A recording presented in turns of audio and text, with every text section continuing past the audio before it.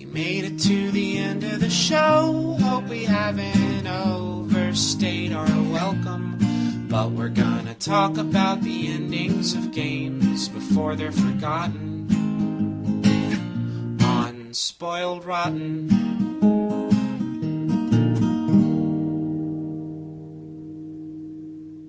Thank you for that lovely intro, Griffin, live in the studio here. This is Spoiled Rotten for Dead Space 2. Just like Castlevania Lords of Shadow, this is going to be just Luddy and I, because Justin can't finish. He's genetically incapable of finishing good games. I don't know why. Doesn't like being put on the edge of a seat. I mean, it gets a little uncomfortable, like by the 14th hour of sitting on the edge of your seat. It's tough. The edge, my seat has a metal edge, like an exposed. How long did it take you to finish the game, by the way? 14 hours? Sounds about right. I mean, do you play it slowly? I feel like I play at least half of the game looking through, like, in the aiming mode. I go loot crazy in that game. I loot every single body. I step on it 18 times to make sure I've pulled out. I don't know why they keep all that money in their guts. He's so angry. Like, even when there's nothing in the room, he's just, like, screaming as he stomps things to death. That's one of the things, I think, like the stomp animation, one of the things that Uncharted does really well that I think Dead Space could definitely learn from. It has an almost similar level of polish, but it's that Drake really seems to respond to like the environment he's actually in, and Isaac just seems to respond, the same. He's certainly more responsive in this game, because in the first game, something horrific would happen, someone's head would get chopped off, and that head would be set on fire and then explode. Yep. In this game, at least he responds or, like, starts breathing really heavy or says, "What the hell?" There's some... Yeah, he's a little more reactive. There's an actual person in there. They make him drop his mask every once in a while, so you see his face and talk. And that's nice, with the exception of I always get nervous because I'm like, put your mask back up, dude. Like, you can talk with your mask up, and there's a monster's gonna spear you through the face if you don't put that up right now. I like how the audio changed when he was talking inside his mask. They had like a cool echo or sort of it sounded metallic. Sounds like it's being broadcast back out. Like there's almost like a speaker in there, or a microphone in there. Yeah. So how do you feel about him talking? Because I know Tom Bissell didn't like it very much. He said the game came close to ruining the franchise because he couldn't identify as much with the character. He didn't care as much for Isaac because Isaac, now is more of a character. He's a piece of fiction. Right, as opposed to a cipher or a proxy for you, the player. Right. I don't know. I think I disagree. I don't think he's I don't think it's a super well written character. I don't think the first game for that matter was super well written. I don't think this game is much better. I think where the game really succeeds, and same as the first game, is this core gameplay loop is what's so successful. The basic tools and system that they built for you works so well and works even better in the sequel. And that's where the game really succeeds. The story, not really. It's not make or break. The first game I never really associated with him very much. I never really felt very much about him, and I think the same is probably true in the sequel. Right. I think in a game that's so in a game that's presented with such a sort of a cinematic eye, and in a third-person game, this character exists in a world that you're supposed to believe in. It doesn't really necessarily make sense for me for that character not to respond. It's different for, say, Half-Life because it's first-person. But I mean, if you consider yourself a viewer of events that are happening, then it's a little bizarre for a character not to be responsive, especially not in such a bizarre and horrifying situation. And then I think that the problem that's introduced is Isaac may be more of a character now, but you might not like him as much. Like maybe you just don't like him. Yeah, and that's fine. And you know what? I don't like him. And I don't like, even worse than him is the character of Vandal in the iOS game. Wow. Holy moly.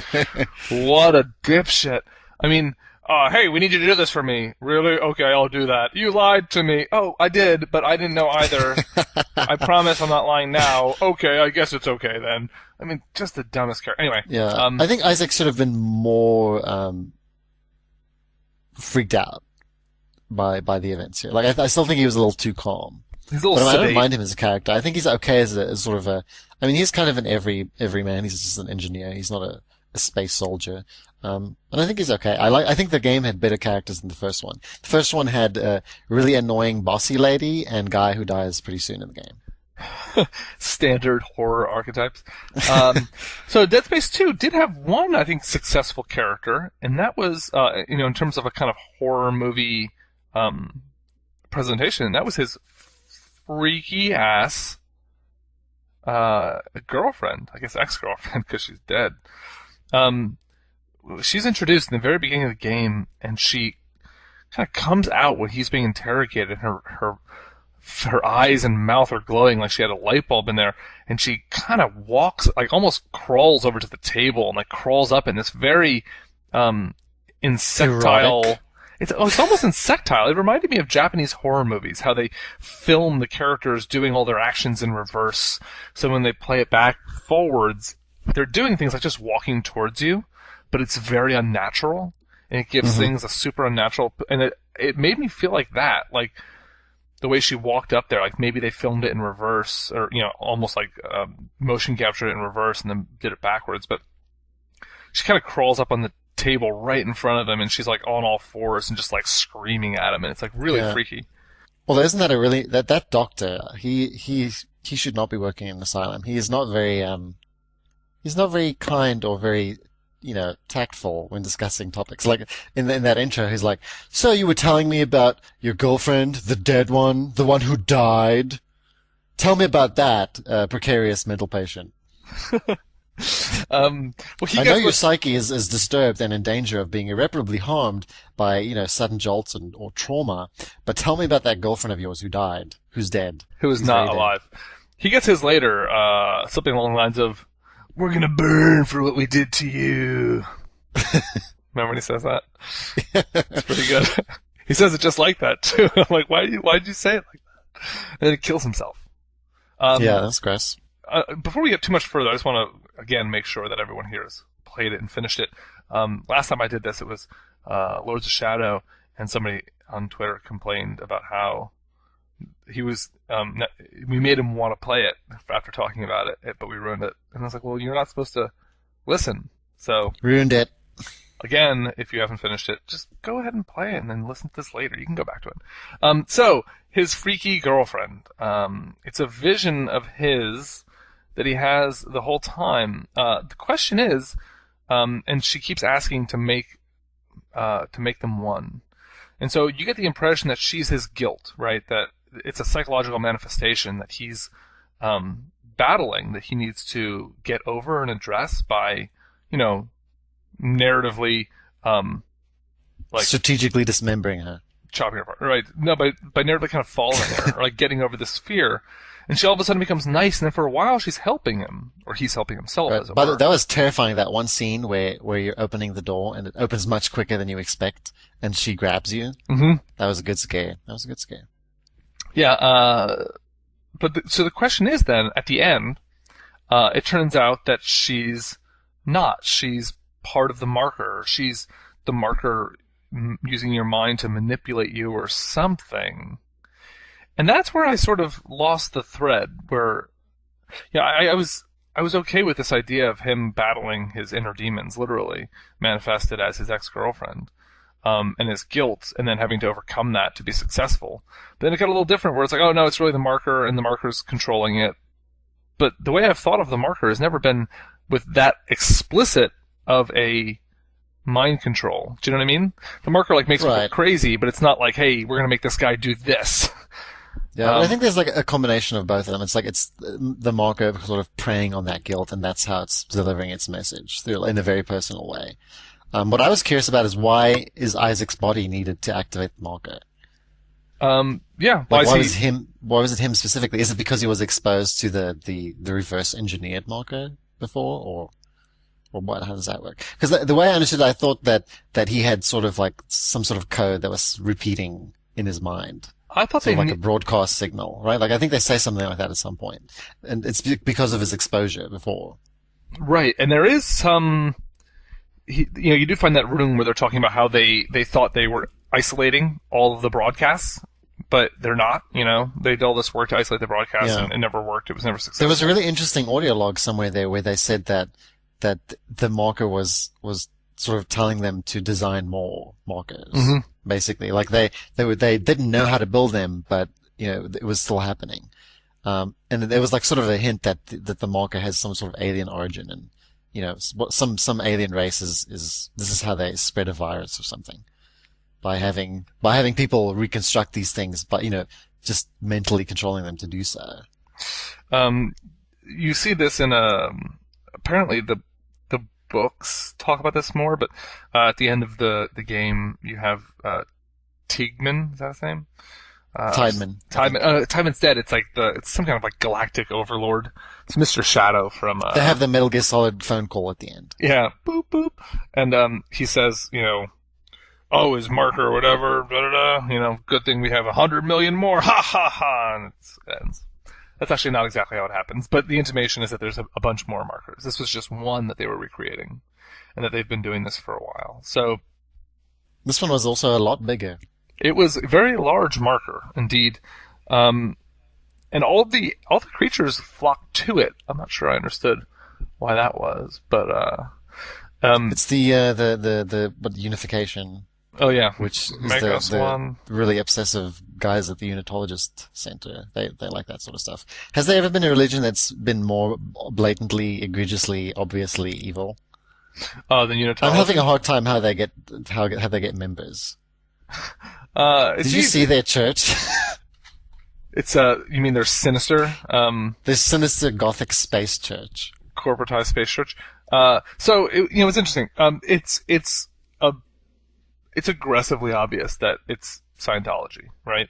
Yeah. Everything from they're selling you books to unification, which is actually a term they use in Scientology, to the name Unitology, to its foundation as being discovered by somebody. Right. Michael Altman discovered Scientology. Yeah, and this kind of like deification of somebody who's not a god, but a normal layman. It has tons of Scientology overtones, and the whole sci-fi-ness of it in the first place, which is very, very Scientological. Sorry if any of the Scientologists are listening, but so that's. And you have all those tiers, right? Like you mentioned that, the tiers, right? Yep. In the church, there are certain rooms that only members that are at a certain level are allowed into. They basically had auditing chambers where you have different, levels that you get to. So you go into this room and there's auditing chambers on the wall. It's all very blatant, and it was funny. Ben Kuchera at ours did a story about how it's obviously Scientology, and somebody from Visceral made a response that it's not any one religion. And it's yeah, but it is. I mean, it is. Get sued. Right, exactly. So I'm glad that they expanded on the Unitologist stuff, though, because the first Dead Space game didn't really need sort of a very detailed or lots of backstory. It's a story about someone being isolated and uncovering, a horror that happened. So you don't really need a lot of meat there. But when you do a sequel, you really do need to kind of have that justification and expand on elements of the universe. I liked seeing where people lived, for instance. This is what it's like outside this one ship that you saw. And you really get a good idea of what Unitologists are like in this game. And they're creepy. So, speaking of creepy, one of the characters that freaked me out the most, I wanted to talk about on the podcast, but it's a spoiler. It's such a good scene, I don't want to spoil it. There's this one creature, and you see him earlier. I don't remember where. You see a picture of him somewhere or something? I can't remember. This multi-eyed, tall, weird necromorph that if you shoot him, he comes right at you, like a beeline. He's doing the fast mall walk. It's kind of intimidating the way he's walking. And you shoot off his bits, and man, they just grow back. You shoot the hell out of him. You just you blow him to bits, and he's got no head, no arms, no legs. I thought maybe you had to just stomp him to death. Right. I was just standing there stomping. I thought maybe you had to dismember all of his body parts, or I thought maybe you had to explode him, light him up. And no, nothing. Like he'll just always grow back. So there was. I know that whole... that kind of design annoys people though, because like they like, it's sort of like the rubber band AI in racing. Like I've beaten this person, that's it. Yeah, I shouldn't have to. I mean, the best part about that though is the designers really effed with you. I mean, you get into a level and you're like, okay, kill that guy. I'm gonna go out. So it's right after the eyeball scene, which we'll get to in a minute. And then this guy shows up. And you're like, and you finally get out of there. I mean, you've got to knock him down long enough to hack this panel to get out of the room, which was like so nerve-wracking. Most intense hack ever. And you get out of the room and you just run and run and run and run and run and run and go through another door, turn around, and you're like, good, phew, I made it. Like, right, you think it doesn't come through doors because that's not how the game works. Like they don't do that. You've cleared the room, now you can pick up items. That's how it works. And the game teaches that the whole time. Like, room's clear, like go loot, go get your loot on. Nope. He comes right through the door, and you're like, shit! You start doing it again. This happens like 5 times, and finally I go down an elevator. All right. Let's watch him figure out how to take an elevator. Like, there had to be a loading screen there, a loading zone. He can't transition. The game assets won't load. Right. But he jumped through the ceiling. I finally realized that there's all this loot that you want to get. There's all these characters that you want to kill, and there's all this stuff you want to do. But all you can do is just freeze him and refill your stasis fast enough and just run and run and run. I just kept shooting his legs off because he's a pretty slow crawler.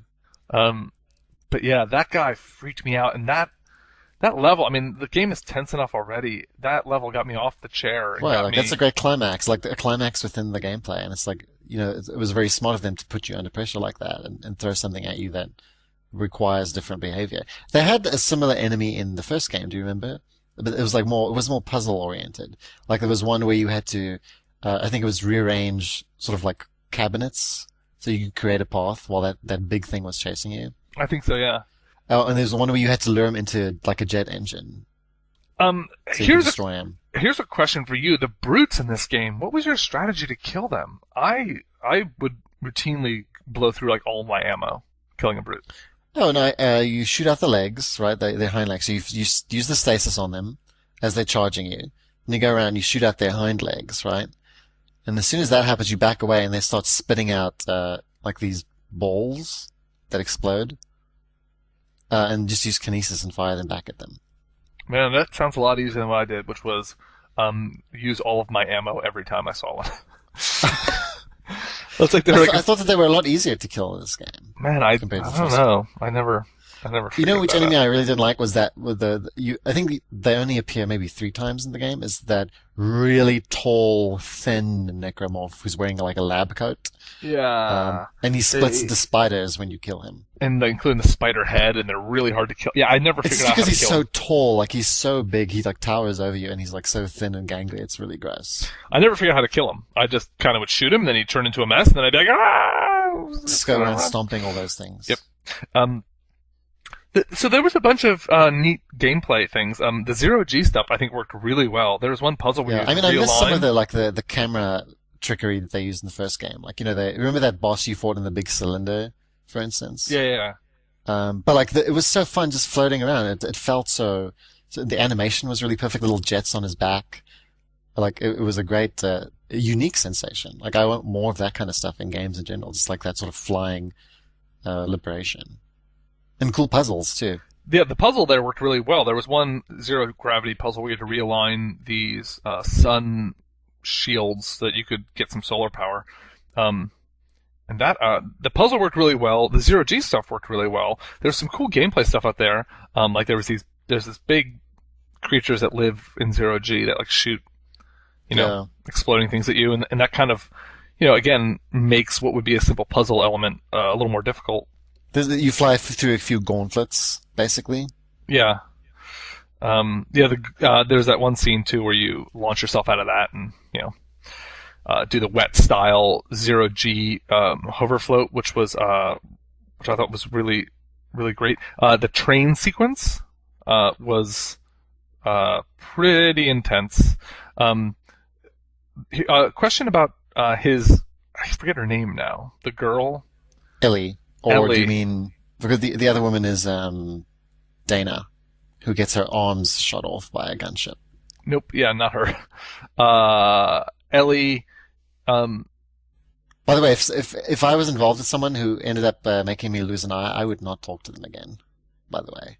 Especially when it turns out you didn't need him the whole time. It's like, oh, yeah, I guess we didn't need him. Sorry for making you hang out with this crazy person.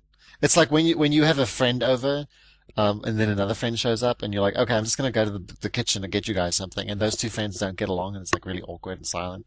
That's kind of what happened, except one is a psychopath. So how did it work when you killed the crazy guy whose name I forgot again? Strauss. How did it work when you killed him? For mine, I just opened a door and he was just like right there, and I was like, and he was like, Rah! Yeah, I think it's just a cutscene. Well, it's not a cutscene. It was just not. It was just normal. It was just a in-game thing, and he was right there, and I just shot him. And I was like, oh, okay. I guess. Really, you shot him? Yeah. He was coming after me with a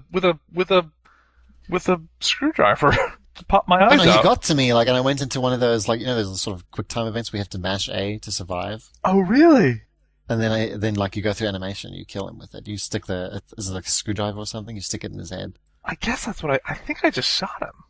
Maybe I'm wrong. Maybe I forgot differently. It just seemed anticlimactic. Something about it seemed really anticlimactic, and I was like, oh, I guess he's dead. It was just strange because, again, how long you're telling Ellie just to hang on to him for a while, and so she does, and then you just kill him as soon as he shows up. I don't know. It seemed strange to me. You know what I really liked about the game? And Chapter 10 was the scariest, but that is a neat way to sort of be citational to the previous game. They didn't just make you go through the Ishimura again. You're briefly there. It's a little different. It's like a cool reminder of the previous game, but you're in and out and then it's over. Yeah, it was. They changed it up a little bit too. They're cleaning up all the blood and stuff, and you find all these audio logs of somebody being like, "I'm not coming back here ever again." This place is so creepy. Oh, what was that sound? Oh, cuts off. That's how it usually goes. If you're in a video game that is remotely scary, if you're in a fallen utopia that's become a dystopia, or any kind of situation that involves that, never record an audio log because that's your cue to die. Yep. Yeah, it's a good lesson. So I don't know how much more we have to say about Dead Space 2. Story-wise, I feel like the story is... I like that it's a little ambiguous, right? I think that always works best for horror. Right, especially horror video games, where that's not its core competency. That's not what it has to do really well. Yeah. I think it was mostly well acted. I mean, I think the dialogue was fine. Mm-hmm. And I think it had better characters in the first game, and the ending was pretty exciting, I thought. And I just think that there's still a lot of questions, and things that maybe would be cleared up on a second playthrough. But my question for them is, for a third game, I think the reason the sequel works so well is partly because they added some more stuff on there. Stuff that, they said they wanted to do in the first game. I think the javelin gun's a perfect example. Something they wanted to put in the first game and never did. Right, and being able to use limbs to injure enemies. Zero G was something else that they, being able to control yourself better was something that they tried to do in the first game. I guess just didn't have time. But it's very much an evolution with a little change in sort of storytelling direction.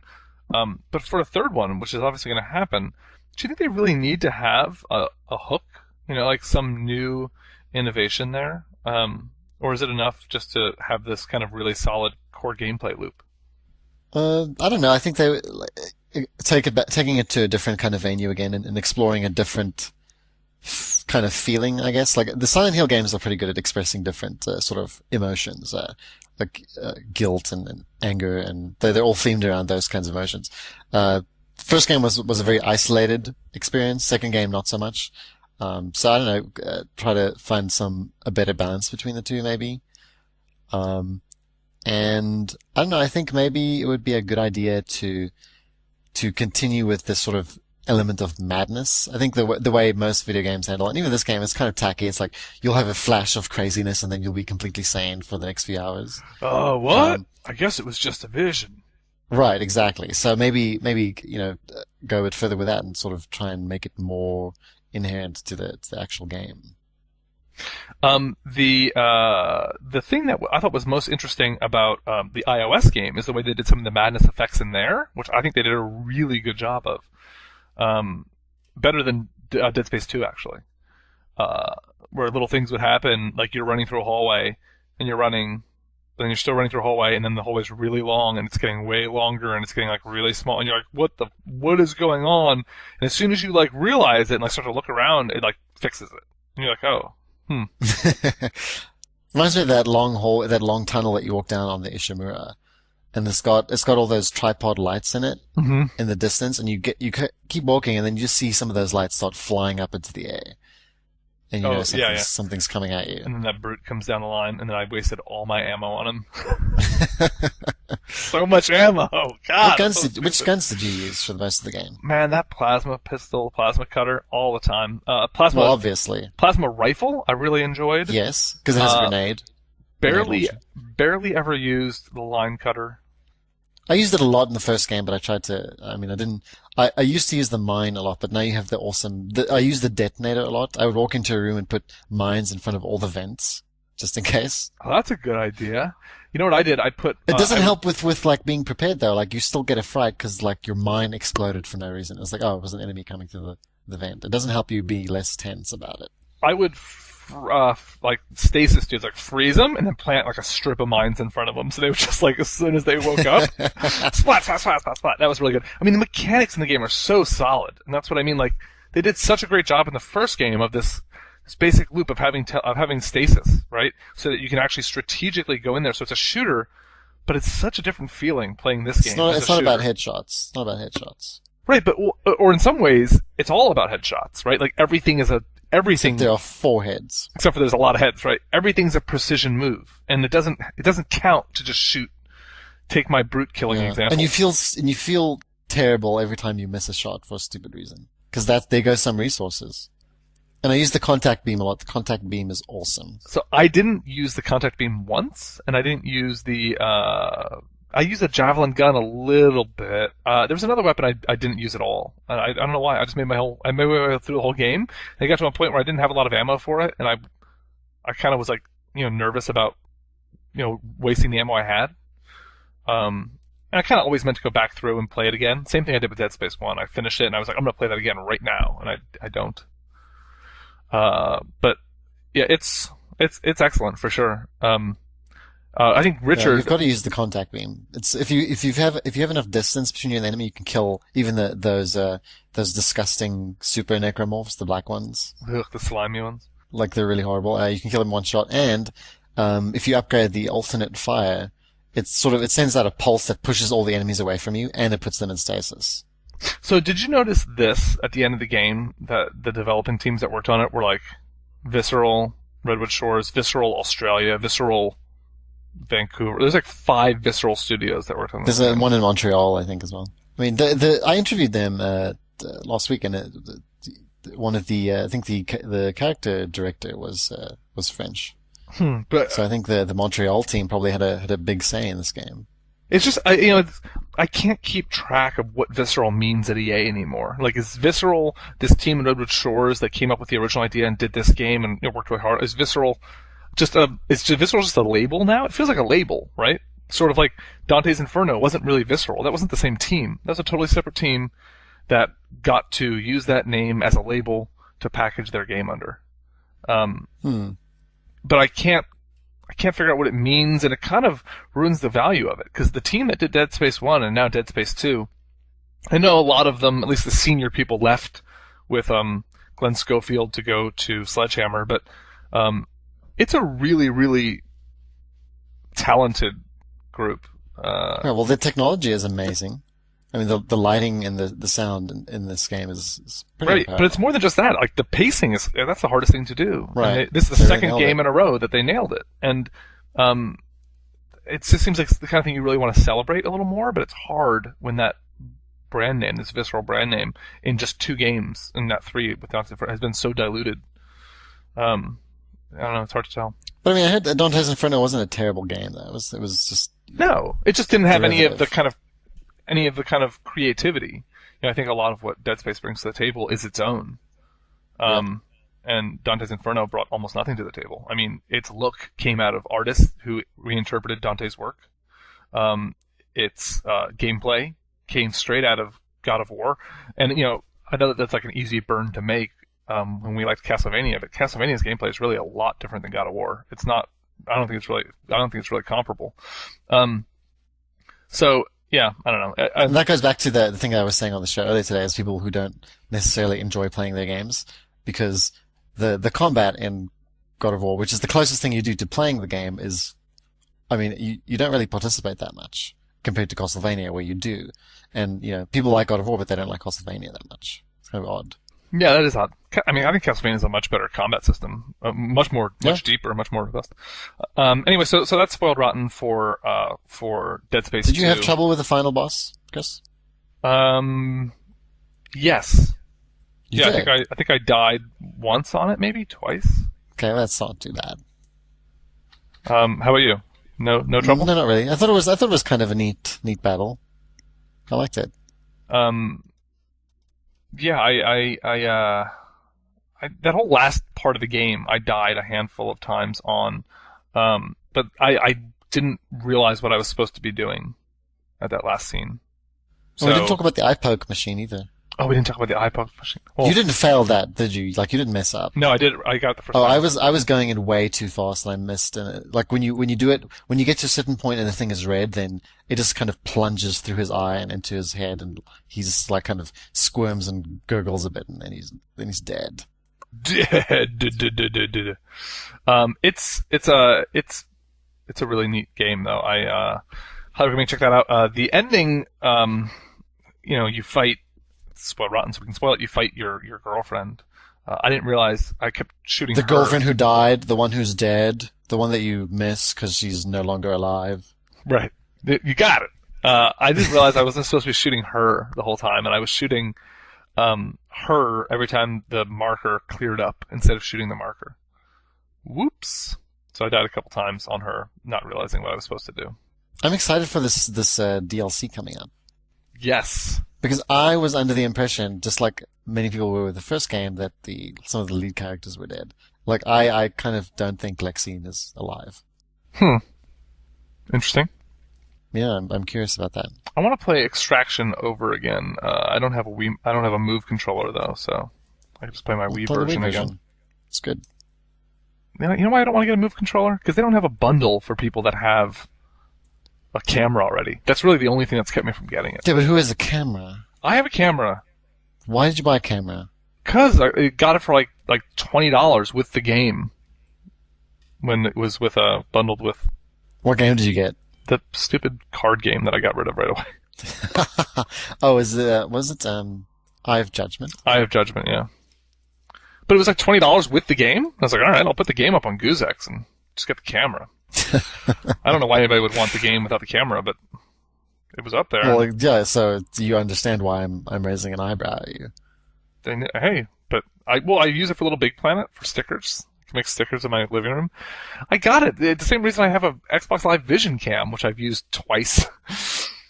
Just because I like that stuff. Don't you still play, what's that, that one game that they made for the Vision camera? Totem Ball? Or something? Totem Ball. Totem Ball. I love that game. Game's awesome. That was early Kinect style gameplay. Wow, we are getting straight into the podcast here instead of We're doing another podcast. We're doing another podcast. Crikey. All right, people. Thank you for re-listening to this. This is episode 170 of the Joystiq Podcast. All right. Well, thanks. We'll be back soon for Red Dead Redemption, which I'm about to finish, and we could all talk about. Bye. Goodbye.